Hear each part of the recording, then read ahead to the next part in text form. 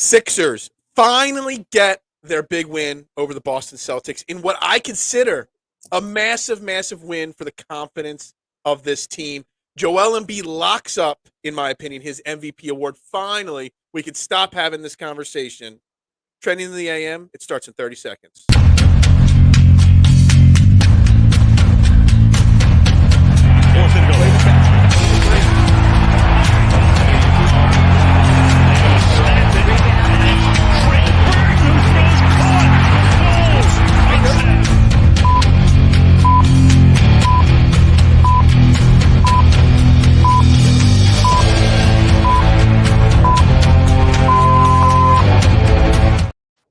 And a very good morning, everybody, and welcome to Trending in the AM right here on DSM Media. We're live, Facebook, Twitter, YouTube. You know the drill. Like, share, retweet, follow, subscribe on all social media platforms. If you want to get interactive with this morning's show, best place to do that is on the Philadelphia Sports Network YouTube page. Make sure you drop your questions, thoughts, concerns, as we're going to start talking Sixers. We might get into a little bit of Phillies today. We've already got everybody checking in here. Good morning, Big Ed. Hope you're feeling well this morning. I am your host, Phil Stiefel, at Bearded Knowledge. Joining me, my new best friend, Mike Greger, at Mike_Greger. Good morning, Mike. Thanks for waking up this morning with me. Yeah, Phil, thanks for having me on. It's great to be here. Yeah, I appreciate it. We literally just met 2 minutes before this show started. So, and we've never done a show before or anything like that. So, why don't you just introduce yourself to everybody if this is the first time they're hearing you talk, where you're from, what you do for sports coverage and stuff like that. Sure. I'm a lifelong Philadelphian. I live in Brewerytown section right now, originally from Ambler, Monco. Dad had season tickets to the Eagles, kind of fell in love with them. Grandmother loved the Phillies, fell in love with them, and I love the Sixers, man. I'm a huge hoops head, sneakerhead, all that stuff. I'm an old man, I think, of the Philly Sports Network crew. I've been around for a long time. Started with Metro Philly, actually. I actually covered Lower Merion High School basketball as my first gig, so to speak. But right now I'm working for a bunch of different outlets. Billy Penn locally, Heavy.com, and Philly Sports Network are my three big ones. And I also do some freelance work for the Philadelphia Eagles website under Chris McPherson over there. So I'm all over the place. I would say you are one busy man. Yeah, I'm all over the place. Man. We're living the dream, talking, writing, doing things with sports. I mean, you were in the press box last night for the Sixers game, and let's just dive right into it. I said it before the game that this was a must-win, massive, important game. I don't care that Jaylen Brown didn't play. It was a huge game for the Sixers to come out, play well, and just get that monkey off their back and beat the Celtics. Because odds are we are going to be facing them in the second round of the playoffs, and it's really important for the confidence of this team to be able to know that they can beat the Celtics. So going into the game, did you feel the same way about it? Oh, 100%. I mean, before the game, Doc was talking about, it'd be nice to win a game. You don't want to get swept by a division rival, a team you might see later, but kind of downplayed it a little bit. And we're not going to run all our sets and all that stuff. But yeah, you got the sense just from being in the building, the fans were really into it. Like every time Embiid got to the line, MVP. Was it a playoff atmosphere in the building last night? It was definitely a playoff atmosphere. I mean, they needed that. They needed that win just to get that monkey off their back, as you said. Speaking of the play, and this is sidetracking a bit. I've kind of said it a bunch this year. This is one of these years that, I've cared less about the regular season because I know that everything only matters about what happens when we get to the playoffs. Because if we lose in the first or second round, all the changes that could happen to this team, I kind of feel like the atmosphere down there, and I haven't been to a lot of games this year, but the atmosphere translating on TV has been the same as what some of us fans have felt at home, that it wasn't as intense. Has it felt that way a little bit, being down there every single day? That last night was different, but earlier this year, a lot of this year, it just wasn't that same, intense vibe down there.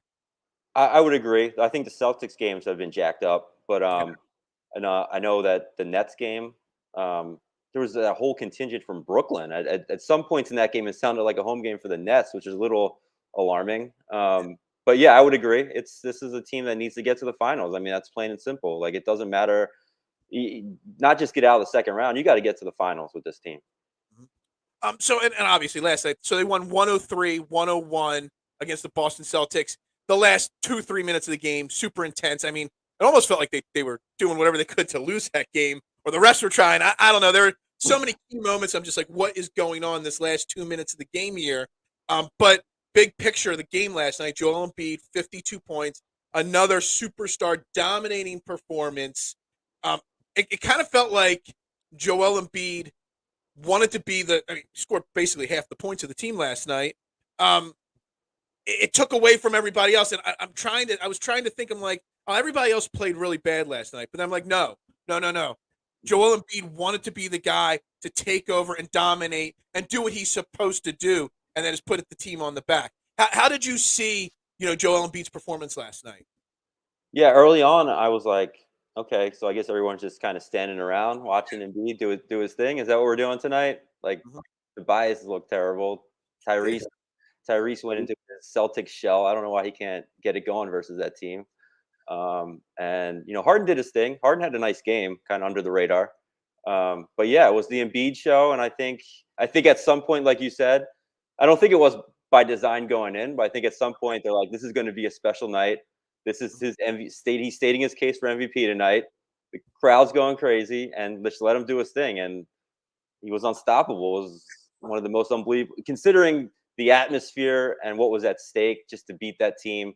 I mean, the Utah game, obviously, from a scoring dominant standpoint, was the number one game this season. But if you want to factor in the atmosphere and what needed to happen, I think that game last night, the timing of it was probably top. He locked that MVP up award last night, did he not? I mean, when you look at what Jokic did against a terrible Rockets team with 8 turnovers, I mean, if he doesn't get the MVP this year, then something else is going on. It's funny because I know you were at the game, so you were covering the game, so you didn't get to watch. I was watching the TNT post game coverage, and they had their players only crew, breaking down in the studio, not the Kenny the Jet Barkley crew, and these guys were still not high on the Sixers post game, saying that they don't have lockdown defense, they don't have that go to person. Like they literally, it was Dawn Staley, and I forget who the others were. They still were not sold on Joel Embiid and the Sixers team after last night's performance. And so we assume after last night's 52 points that MVP is locked up. But people that got to vote, the people that can have that say, still are not 100% sold. And I am baffled by we talk about it all year long with the Eagles and the national media narrative towards Jalen Hurts. It's exactly the same towards Joel Embiid. There's just no respect given to him or what he is capable of doing on a nightly basis. Yeah, and he said it multiple times. Like they have something against him. He's the villain. I don't know if there's any truth to that, but it seems to be. If he doesn't win it this year, there's definitely some truth to that being the case because it's kind of ridiculous. But on the same vein, it kind of be funny if he didn't win it because maybe he just doesn't want it at this point. Maybe it's just like I don't even want this award. Like, why are we still talking about this? Like, I'm the best center, best player in the league, and you don't want to give me the MVP? I don't care. Give me that championship. Yeah. I mean, he has said that. And he has said all the right things this year about I don't care about the awards. I want the title. I want to bring a championship to the city. But you got to know that deep down inside, every player that says the right thing, they still want to be recognized for being the best. I mean, Jalen Hurts is the same way. He says he doesn't care about the MVP. He wants to. They want that recognition. They do. And they hear what the media says and they hear what the national narrative is. They might say they don't, but they know it. And, I think the way you're saying, if he doesn't win it, maybe it puts a bigger chip on his shoulder. Maybe, the award isn't announced right away in the playoffs, but you kind of get an understanding. People release who they voted for, and you can kind of have an idea who's going to win before the award's awarded. Maybe it is a chip on his shoulder. Maybe it helps motivate him a little bit more come the playoffs to just carry this team just like last night as far as possible. Yeah, I'm curious if he's going to play Thursday night because you got another national game, another borderline playoff team, right, with Miami. I don't think he needs. We get back to the game in a minute. I was going to ask you about that. What would you do with Joel and James Harden? You got Miami, then you've got Atlanta and Brooklyn. I forget which order they're in. So you got 3 more games through Sunday than the playoffs. I was originally going to say you just sit everybody, sit Harden, sit Joel for the last 3 games. you're 2.5 up on Cleveland. But then I started thinking, I'm like, Miami's still kind of in that, they've got a chance to move up and overtake the Nets, who I'm blown away have not fallen out of the 6th seat yet. Jacques Vaughn's doing a great job coaching that team with everything that's going on there in Brooklyn. Do you let Joel and James play one more home game? Maybe keep Miami out of that, 6th spot, and then you just rest them for the weekend series, 2 games. Maybe that's the way you go about it in my mind. What would you do if you were Doc Rivers and these guys, to rest these guys, make sure they're healthy, but also continue to try to win games? Yeah, I mean, it's an interesting debate to have. I think just because it's another national game, I might just throw them out there. Like you said, it's a good test against another playoff team in Miami. Mm-hmm. And then, they're going to have that week off in between the end of the regular season, the play-in tournament anyway. So they're going to be able to get the rest. So I wouldn't really worry about that. I mean, if you're worried about injury, that's another thing. But I think I would probably trot them out there at least for this Miami game and then maybe shut it down. Okay. Yeah, I mean, I think that's pretty fair. And lastly, I mean, you were there. The injuries, the soreness, everything that's been going on with Joel, James Harden, and I know Tyrese Maxey took a couple tough falls last night. How did James Harden specifically look? I know stat wise and game wise he looked well, but did you see that burst in him? Did you see like maybe this Achilles injury or soreness or whatever they're calling it now? Maybe is getting past him a little bit. Maybe he's working through it a little bit, or do you still see a little bit of that slowness or hesitation in him because of that? I saw a little sluggishness, a little slowness, maybe, but I don't think it's to the degree where I'd be worried about it. I think he can work through it, and I think he's going to be fine. But again, like we were talking to start the show, I think at some point they just said this is the Joel Embiid show, and he just kind of took a back seat, and he wasn't really driving to the basket. He shot, I mean, they hit 4 3-pointers, and he was just kind of being a facilitator. And Harden that they've come to love this year. So I don't think it's anything to worry about. Okay. Yeah, I mean, I was looking at it last night, and first and foremost, I saw Tyrese Maxey maybe bringing the ball up court a little bit more than he normally does, and I'm like, well, maybe that is also trying to take some of the pressure off of, James Harden. So maybe that they're still slightly concerned there, and that's why they're having some different things there.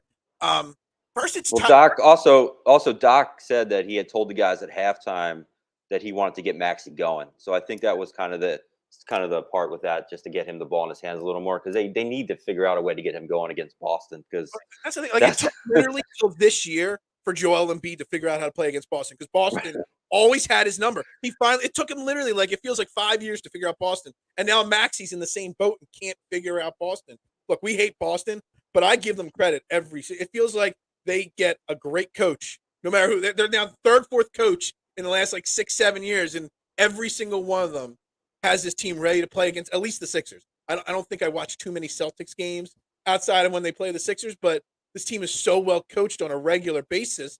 Oh, they were without Jaylen Brown last night, and I kind of was thinking of philosophy-wise that it was a huge win for the Sixers, but it was an actual positive loss for the Celtics because they know they could contend against the Sixers without Jaylen Brown. You know what I mean? Then you put Jaylen Brown back in the lineup come playoff time. Their confidence, even though they lost that last game, has to be pretty high going against the Sixers team. Yeah, I mean, and they're going to get Robert Williams too. Absolutely. I mean, they had nobody to put on Embiid. I mean, it was kind of embarrassing. But I would agree. I really thought that going into that game, I thought it was a must win for the Sixers. I thought it was a game like we were talking about, just to get their mojo back. And then once Missoula said that Jaylen Brown was out, I was like, that's locked up. They're going to win this game. I thought that they were going to win by a lot more. So, like you said, it wasn't a pretty win for the Sixers, but it was a pretty game for Embiid. But it wasn't exactly a pretty win. Without Jaylen Brown in there, they probably should have won by a lot more. Yeah, absolutely. I mean, I'm looking. Let's look beyond Joel Embiid last night. I mean, we talked about Harden, Maxey struggling. Tobias Harris, man, it's hard. We've never really talked before much. If you follow me on Twitter, you know I'm a huge Tobias Harris fan, and it gets harder and harder every single game for me to continue. Now we're on year 3, 4 of Tobias here. It's harder every game for me to continue to support this guy. And it's like he's a man in a wrong era of basketball, and he's a man on a wrong team right now. And it gets you can't bench the guy because obviously if you look at last night's game and what the bench is barely capable of doing, there are no better options. But you talk about getting Maxey going. They got to find a way to get something going positively with Tobias Harris if they plan on making a run. And PJ Tucker had a good game. I mean, this bench was just atrocious last night. Overall, what do you do with Tobias Harris at this point? I mean, there isn't nothing you can do at this point, but there's nothing you can do. You got to throw him out there and hope that something changes for him, right? But yeah. What I would say is, if they're gonna tinker with the minutes in the playoffs, I mean, you're gonna have to give Melton some more of those Harris minutes and just take some of his minutes back. I mean, what was the biggest selling point for Harris, even when he was struggling offensively, was he's really good defensively, which he is. Mm-hmm. But even last night, he wasn't great on Tatum.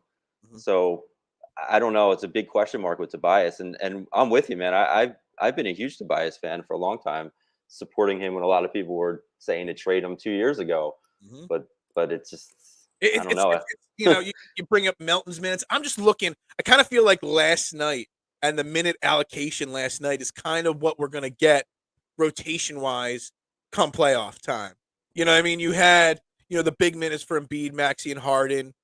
You basically ran an 8.5-man rotation last night. McDaniels, Niang, Melton were your bench guys with Paul Reed giving Joel his 8 minutes off. The Paul Reed minutes, I don't count that part of the rotation because Joel just needs those 2 4-minute breathers and that's it. Come playoff time, it might be 2 3.5-minute breathers and that's it.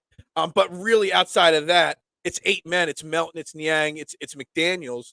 And it's like when McDaniels isn't hit or when Niang's not hitting his shot, it's hard to play him. And you can't fill him in Harris's spot. When Melton's struggling, he struggled last night. It's hard to put him on the court. It's again, if these guys are not hitting their shots, what do they even provide on the bench? And you might see some games where Harden and Maxey and Embiid are playing 42, 43 minutes come playoff time.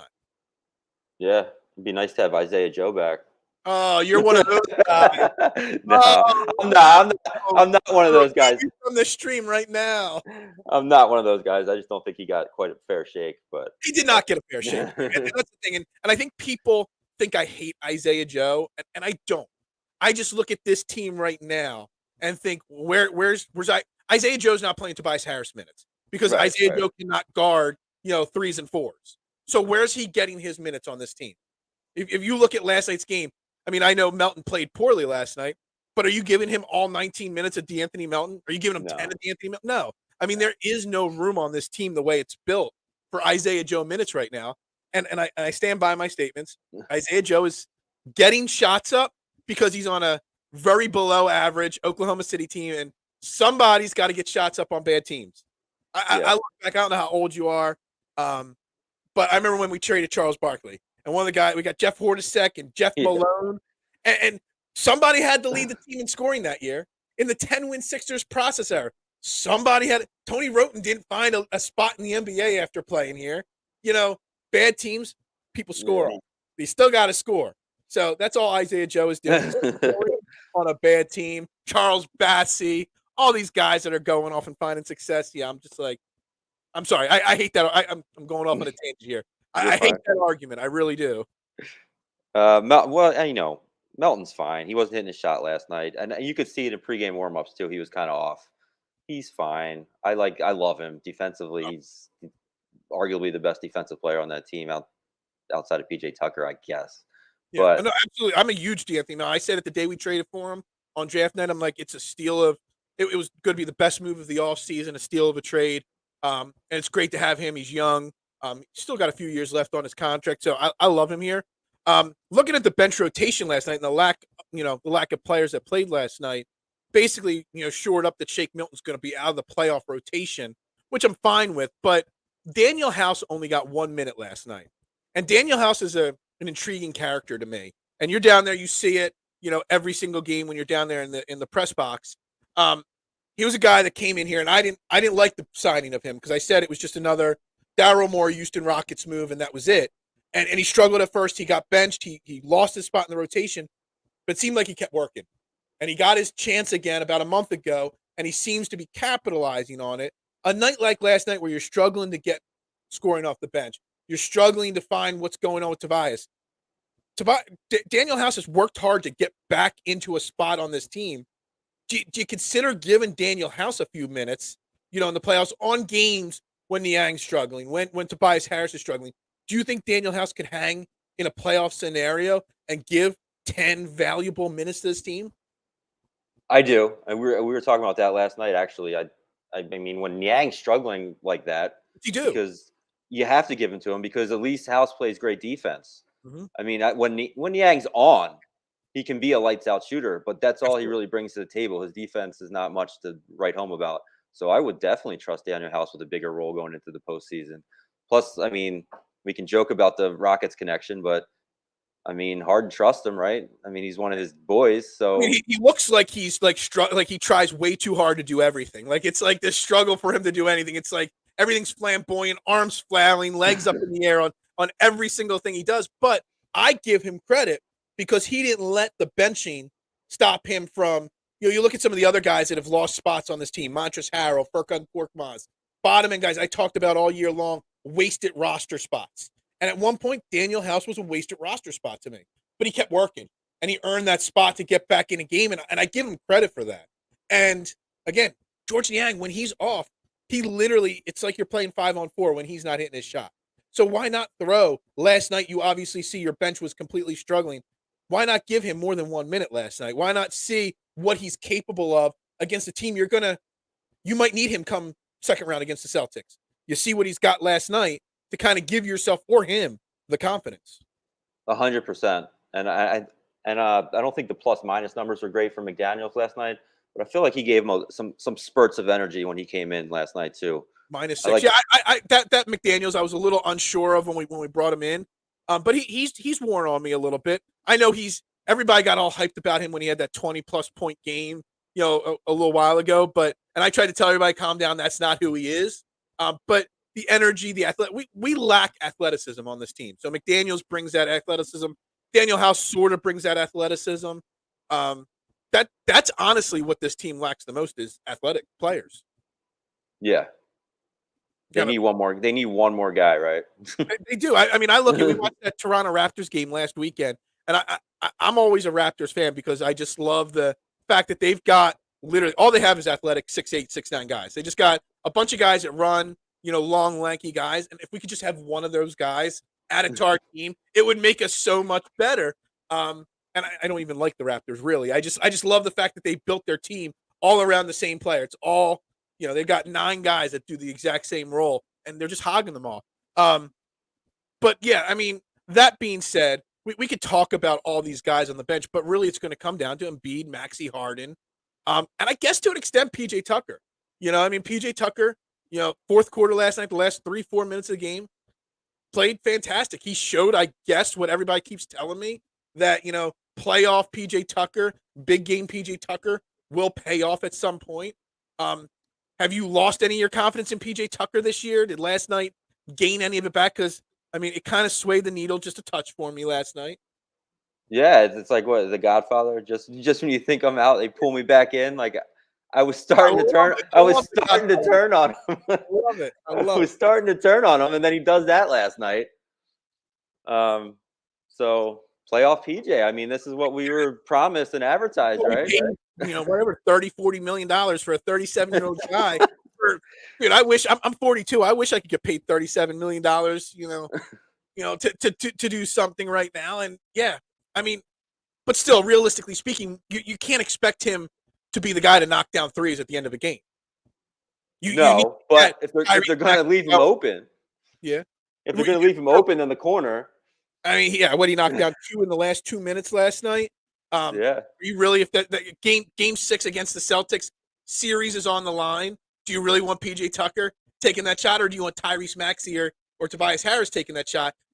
Me personally, I want to get Maxey and Harris right and have them taking the shot over PJ Tucker. In an ideal world, yeah. All right, so that all being said, what does this team, what's realistically this team's ceiling come playoff time? Can they get past the Celtics in the second round? Are we too confident? Are we looking past the first round? Probably the Brooklyn Nets. Are we looking past that?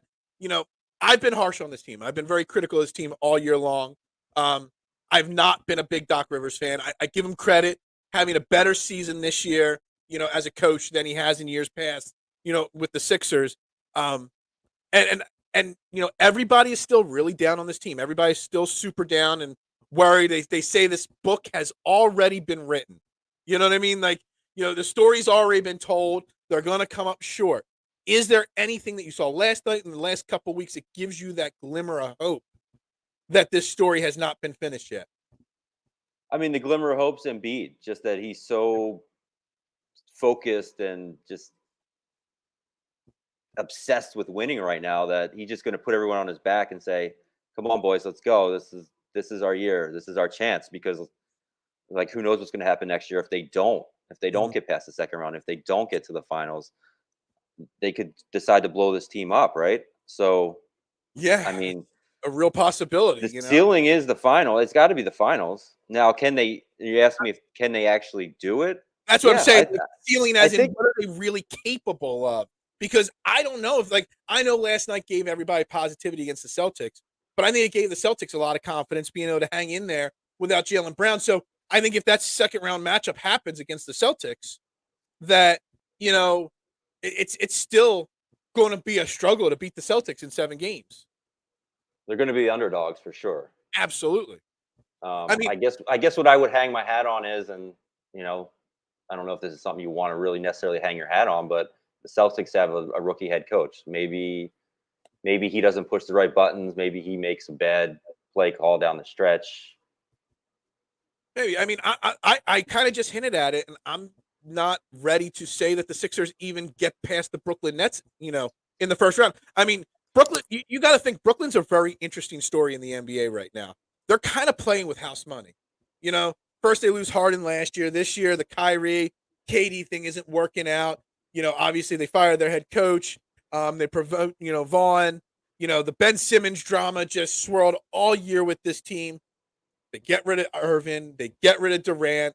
Ben Simmons done for the year. They bring in Bridges. And this team is still hanging around there. And they're kind of playing with house money in my mind. And a team with no superstar, they kind of just play as a team. And if the coach has got the team bought in, every year somebody gets upset. Some home team gets upset in the first round of the playoffs every year. I wouldn't consider myself confident enough in this team to be able to say the team. Joel Embiid can dominate the Nets, but can the team get past the Nets? I don't want us to look past them to the Celtics. I don't think you should look past them, but I just think you look at talent. I just think talent's going to get you at least to the second round, in my opinion. I hope. I don't want to sound negative because I'm not negative. I think they do, but I don't want people to kind of just move on. You know what I mean? There's still a lot that's going on here that, that they if they're not focused, if Joel Embiid's not playing and his focused dominant self, Joe Castro was already checking in because he's my Eagles boy, but he's a Nets fan for some random reason. He's a Nets guy, and he's going to come in here every single morning in the comments section during that Nets series and be like, they're going to beat the Sixers. And, I get scared of well-coached teams in best-of-7 series, best-of-5 series, in any playoff series. I get scared of well-coached teams. And the Nets are a well-coached team at this point. Kind of like the Raptors, right? The Raptors are always a scary first-round opponent. Yeah, I mean, always well-coached. And hold on, where are they in the standings? The Raptors, they're still in the play-in series group, right? They haven't fallen out of that. Yeah, they already locked their play-in series stuff up at. I think they're the 9 seed right now. I think the Raptors will actually be one of the final 2 teams that make it out of the play-in series. If you got Miami, Atlanta, Toronto's playing well, and again, they play team ball. They're not going to beat the Celtics or the Bucks in the first round of the playoffs, but they're going to make that one of those final 2 spots, in my opinion. Again, because coaching does matter in the NBA playoffs, being able to pull the right buttons, having your team believe in you. Do you think this team believes in Doc Rivers at this point? Do you think they really trust Doc Rivers? Because, again, I've been critical. I've been crushing Doc for 3 years here. I didn't want Doc when they hired him. So, do you think they finally have bought in as a team into Doc Rivers and they can trust him? I think they trust him. 100% they trust him. Yeah. by saying that, I also want to say that I also feel like Doc is kind of like just not overthinking it. He's just like, this is my team. Mhm. We're good enough to do what we have to do, and I'm not gonna overcoach this team. Yeah, I mean, I hope you're right on that. I hope that's the case. But again, I'm looking at the NBA standings here, and I'm looking how this is going to shake out. And it's like, you know, you hope that the ceiling is that this team can get to at least the conference finals, maybe the NBA finals. I just this would have to go down as one of the greatest championship runs. I know we just had the Eagles go to the Super Bowl, the Phillies to the World Series, but if the Sixers somehow find a way to get to the NBA finals and have to go through Boston and Milwaukee to do it, that would have to cement, you know, Joel Embiid as one of the greatest of all time. You know, it would cement, James Harden's legacy, and it would have to be one of the toughest playoff runs that any team has ever had to go through because everybody said playoff seeding didn't matter. I kind of thought it did. I wanted to get to 2 or I wanted to get to 1 to kind of avoid some of these. And how many years are left in Doc Rivers' contract? I think 1 more year is left on his contract. Yeah. Signed a 4-year deal. This is his 3rd year here, right? Yep. Yeah, so 1 more year. Look, if they don't get TJ, in my opinion, I'll ask Mike in a second. If they don't get past the second round, Doc Rivers is gone at the end of the year. What do you think about that? I think he has to be right. Yeah, If that'd be the first I year of the think he job. has to be. Yeah. And So, I've been a Doc's kind of supporter just okay. because, but I'm a little too close to it because he's great in press conferences and and when you talk to some of the other coaches like Missoula last night, just short answers, doesn't really elaborate on anything. Which I mean, Actually, that's if you're winning basketball games, it doesn't matter, right? Like the I don't the know if you Belichick model sometimes Doc Rivers gets a little snippy with the media. Has he ever gotten with snippy? Eskin. With Eskin, he does. It's only Eskin. It's not. He's never gotten snippy with you. No, no. How do you do that? I mean, you've been doing this for a while. You've been covering teams. You've been in locker rooms for a while. There's probably questions you want to ask, but yet you've got to phrase them in a way that a lot of people crush the media for soft questions, but you can't give them the most asshole questions. Every single time you talk to them. How do you phrase your frustrations as a fan to fair, unbiased questions that aren't going to get you, thrown out of the locker room or the media room? There's got to be a Oh fine man. line there, right? Yeah, you got to kind of compartmentalize and just be like, what's the situation, right? Like if they just got blown out by 30 points, Mhm. I'm not gonna fire up like some question that's gonna get an already angry coach even angrier. Now some people will, Mhm. and sometimes a lot of times though if you listen to some of the press conferences, a lot of times it's like the radio guys Mhm. or the TV guys that aren't there all the time. Because if you're not there all the time, it doesn't really matter because they don't respect you if you're not in the locker room every day. Like Missinelli can tweet whatever he wants to tweet because he's not down there at the games. Who? Who? Dude, he blocked me like 5 years ago. So I don't even know what he's doing with himself these days. He I got in don't trouble with know. Darius Slay the other day. Did he? I saw some people Yeah. tweeting out things about him, but I can't see what he said. So I'm over it. And then he was talking smack on Darius Slay. Darius Slay called him out, and then he deleted all the negative tweets he made about Darius Slay. I don't want to go on a tangent about Missinelli, but I'm just Yeah, filling you in. oh, I'm just filling you in on that. Miss and Ellie and I, we do not get along. I only called his show once in my life, and I called his show, and he crushed me on the show very inappropriately. And then I sent him a message, and then after I sent him a message, I got a click block like instantly. And I didn't even say anything. Like this was before I was doing podcasting or writing or anything. I just sent him a very polite that I thought he was wrong and it was inappropriate, and he just went blocked. So I have no positive feelings toward. And I'm a 42-year-old man. I've grown up with what was his show way back in the day with Steve Fredericks. Like I Oh grew up man. on Missinelli. Back in the '90s, he was the sports debate, the sports Scrabble, all the shows he used to do. Man, he was an idol to me when I was a kid. And yeah, he's on the dead to me list. So The blocking people thing to me is so like over the top. I don't know Like how he has any followers left. I feel like he's blocked pretty much every single person on Twitter at this point. I'll tie it back to the Sixers with a brief story because some of the beat guys were talking the other night about Marco Bellinelli and how like I guess he blocked a couple guys because they slightly criticized him after a bad performance. And like some of the guys were going around the room like, "Oh, am I blocked too?" And then they check their phone. They're like, "Oh yeah, he blocked me too." He blocked like 4 different beat reporters. Oh man, soft athletes. You know what? We kind of need Marco Bellinelli sniping off the bench right now. So maybe some I people. know, right? He had some big moments for them. He made us Italians he made us Italian Americans very proud there. You know, his short run there in Philly there. That was a short stretch that was too short there because he was entertaining as hell too. I still remember. I'm like, who's this Bellinelli guy from the Spurs? I think I know him. And then you Google search his name, and the first thing that comes up is his spread cover picture on that Italian magazine, like 90% naked and stuff like that. It's like the first thing that popped up when I Google searched his name when he got traded here. I was like, oh man, this is insane. But He's anyway, perfect. He's still playing in Bologna. is he? Oh, Yeah. that's good for him. You know, keep getting that paycheck there.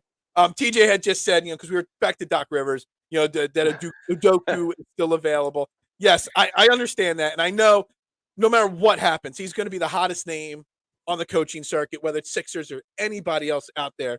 But you know, again, there's plenty of names if Doc Rivers goes that will be available, and you know, I know it's going to be Udoku, it's going to be Sam Cassell. There's going to be a lot of names, but I don't know about you, Mike. I don't like worrying about next year or the off season until this season is over, and this season isn't over yet. And you know, we got to hope that this team can pull it together somehow and change the story. You know, we assume the ending of the story is the second round of the Celtics. They got to find a way to do it. And is it really as simple as long as Joel Embiid stays as relatively healthy as he is right now, that the story can be changed? I think it is. I Yeah. mean, but like you were talking about the Nets playing with house money. I don't want to say that the Sixers are playing with house money because they have expectations, very high expectations hanging over their heads. But also, if you want to play that card, if everyone's expecting them to fail again, then maybe they Yeah. can kind of run with that as their motto. Like, okay, well, That you know, underdog mentality worked for the yeah, Eagles in 2017. exactly. Like maybe they can run with that. They got Meek Mill at the games, man. They got the originator down there.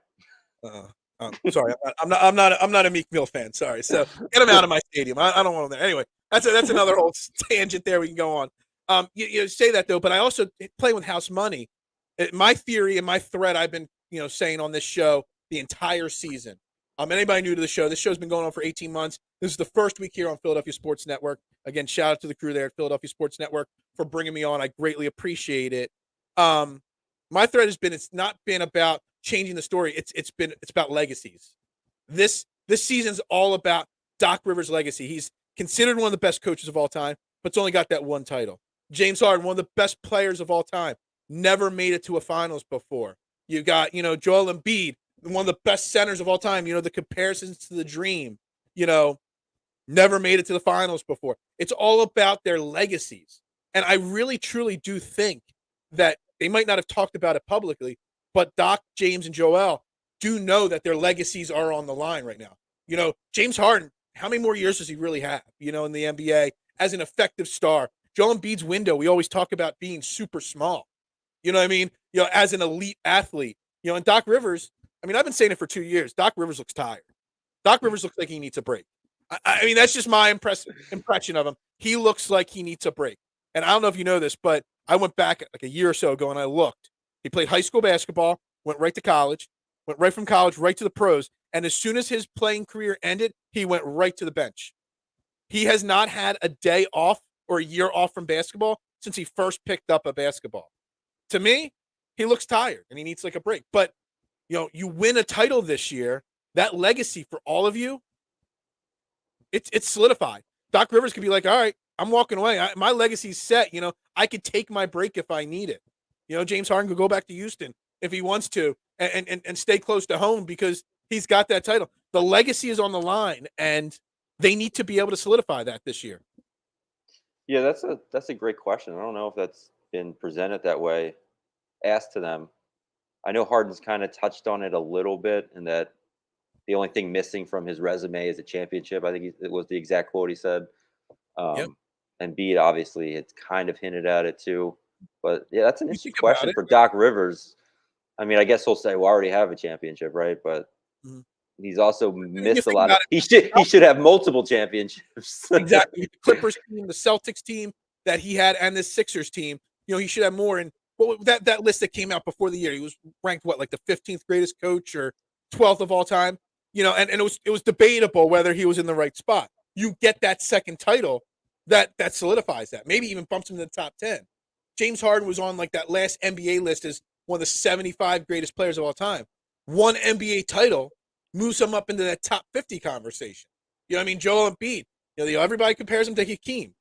Well, Hakeem, made finals. Joel Embiid, he hasn't gotten out of the second round yet. So that legacy to me, I started that. That was my season kickoff show before game one of the season. It was talking about legacies on the line. Hell, the legacy is on the line for Daryl Morey, even. Daryl Morey, this great executive. Well, what has Daryl Morey ever built championship-wise? Nothing, in my opinion. So I'm giving you little questions or things to really hint at. Next time you're in the press box, about the legacies with these guys and what it means.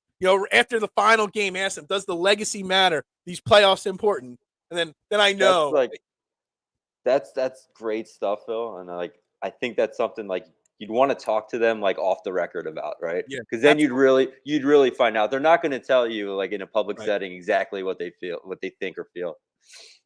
Where is Harden in your top 5 shooting guards? Man, I would have to see a list of all the shooting guards in the NBA history. Scoring wise, he's got to be in that top 5 and one of the greatest scorers of all time in the NBA, period.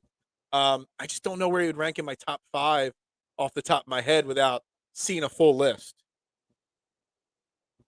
I mean, I could do a quick Google here. Shooting guards, NBA history here, and see what pops up. But ranking ESPN top 10 shooting guards of all time. Michael Jordan. Yeah, Kobe Bryant obviously ahead of him. Jerry West before my time, but great. Dwayne Wade. I'd probably put Wade ahead of Harden because he's got the 3 rings. Clyde Drexler. He had 1 championship. That's right. Allen Iverson, George Gervin, Ray Allen, Reggie Miller. There's some greats. Earl Monroe. He's in the top 10. Hard. It's so hard to compare because now he does all the other things with the assists and everything. If you're talking straight scorers, I mean, it's almost a different conversation, right? It's also hard to compare errors in the NBA because it's such a I hate comparing errors in any sport. Absolutely. Very hard to do because the game is so different. Like you can't compare Jerry West to James Harden. It's totally different basketball games. So, but all time, he's probably in that 4, 5, 6 range all time. But an NBA title would solidify him in that top 5 for sure. There's no doubt about it. So, but he's never going to get past Jordan or Kobe or any of those guys. So, but one title does make a difference. Absolutely.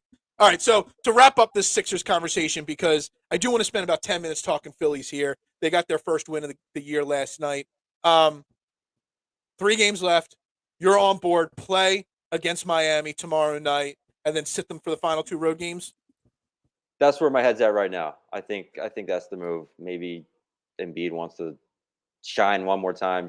I think he's already got the MVP locked up. But I mean, if they give him that load management these last 3 games, do you think that sways voters away from him being the MVP? I don't. I mean, it shouldn't, and I don't think it definitely shouldn't, and I don't think it will. I think everyone's locked in. Like this is it. Like these last couple games or whatever. I agree with you on that. We were actually talking about, because my wife and I, we didn't have plans for Easter. We're like, let's go up to Brooklyn and watch the Sixers play Brooklyn on Easter Sunday. I'm like, hold on, I'm not spending all that money to have Joel Embiid not be playing. So I'm like, right. What the plan is. I'm not driving up to Brooklyn to see Dwayne Dedmon starting at center, to see Shake Milton and Furkan Korkmaz in the starting lineup. I'm like, I'm not driving up to Brooklyn to see a preseason game. That's just not worth I think tickets were like $75 for lower level tickets. I'm like, that's actually not bad. My sister-in-law lives up in Brooklyn, drive up the night before, whatever. Nah. I'm not spending $75 a ticket to go see a preseason game there. So if you can get me some inside information. If they're starting everybody in Brooklyn Sunday, maybe I'll consider getting last-second tickets and heading on up there. I will get that information, but I would give you a better option. Just go see the Phillies get their rings on Sunday. Absolutely. I mean, I That's saw what I'm doing. That's what I'm doing. I'm not going to Brooklyn. I'm going. I saw a bunch of people selling their tickets really cheap because it's Easter and there's a lot of people that can't go. I actually can't go anywhere on Sunday because it's the Masters this week, and I'm a Right. huge golf guy. I've got my Masters jacket right here. It's a knockoff version. I wore it on my show Fairway to Heaven last night. I wear it every year Masters week, and it's great that it's Easter this year because the green kind of looks very Easterish and everything. I can wear that out in public. I'm really excited about that. So I have to be near my TV on Sunday because it's Masters championship round and stuff like that. So that's my Sunday. That's my Easter Sunday. Let's real quick. Let's turn the page a little bit to the Phillies. No, Kyle, I told you this last night on the show. Scotty Scheffler will not win back-to-back titles. There's no way. No way. It's only been done twice in 32 years. Back-to-back champions at the Masters. And Tiger Woods was one of them. So it's not happening. Phillies get their first win of the year. I know you and I both did not watch much of the Phillies game. I actually watched about the first hour of the game before the Sixers game started. I wanted to see how Matt Strahm looked. But finally, the monkey is off the back of this Phillies team. They got their first win. When you're coming off of a title run like last year, and things just keep snowballing. Last night, getting that first win is really important for a team because you keep pressing, you keep pushing, and you can just see the pressure on this team that was building over the first, 4 games because they just couldn't. Stupid errors, bad pitches at bad moments. Everything was snowballing and dominoing. So getting that first win last night was probably really important for the confidence and just the mental mindset of this team, right? I think, like you said, from the confidence and a mental standpoint, it was huge. But yeah, it is baseball. You got 162 games. When you see people start hitting the panic button after 4 games, See, the thing is, like, I think you can't. There's a difference. Like everyone was calling me panicking, and I wasn't panicking. And I think there's a difference between panicking and being critical. And I was being critical of the team, not panicking. And I still think you could be critical of the team, even though I actually think it's easier to be critical now that they got their first win. And you got the 1:00 game today, the day game. Nola going against Garrett Cole of the Yankees. Garrett Cole, I mean, the guy's one of the greatest pitchers in baseball right now. And Aaron Nola looked awful. Maybe getting the win last night takes some of that pressure off this team, and maybe Aaron Nola could come out tonight. Because I think that if they would have lost last night, which everything said lost, you go in a bullpen game with Matt Strahm, JT Realmuto's getting his first day off as a catcher. Everything said loss. Obviously, they won. You knew that everything said loss, so everything said that they were going to win. I think that helps take some of the pressure off of Aaron Nola. But Aaron Nola still has to come out today and get on the mound and prove that, game 1 and how much he struggled was a blip on the radar and not things to come this year. After getting that first win, I keep thinking that it takes pressure off of you. But also, I almost think like it also keeps the pressure on you that, look, you are capable of winning. This team needs to continue to perform. There's a big difference Thursday at the home opener of a 1-5 team and a 2-4 team. And I kind of feel like that no game, you say it's a long season, 162 games. I get that. No game has to be won. No game is more important than the rest. But I kind of feel like they have to win today, or at least perform at a really high level today, so the confidence and the crowd and everything else that goes into your home opener is okay.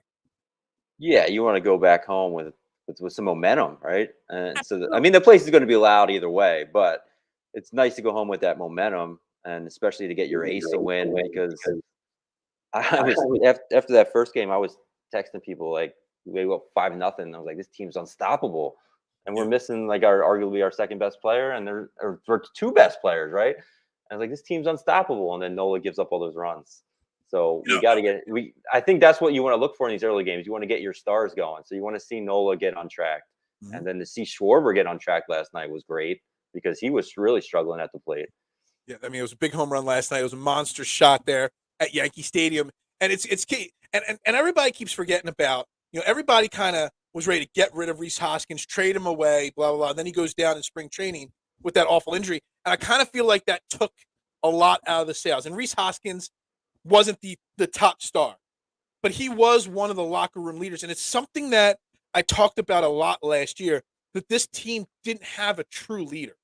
Bryce Harper's a leader on the field, leads by example. Kyle Schwarber, he is kind of quiet. He's not like that real get in players' faces, if you look back at like the 93 team, we had Darren Dalton, a real true leader on this team. It might not have been the best player, but a true leader. I think Reese Hoskins might have played a little bit of that role. And then seeing one of your big leaders go down really deflated this team. And you could see it at the last couple games of spring training, and you could see it at the start of this season. It really did affect this team. And I don't know, what your thoughts, does this team have somebody that could step into that leadership role?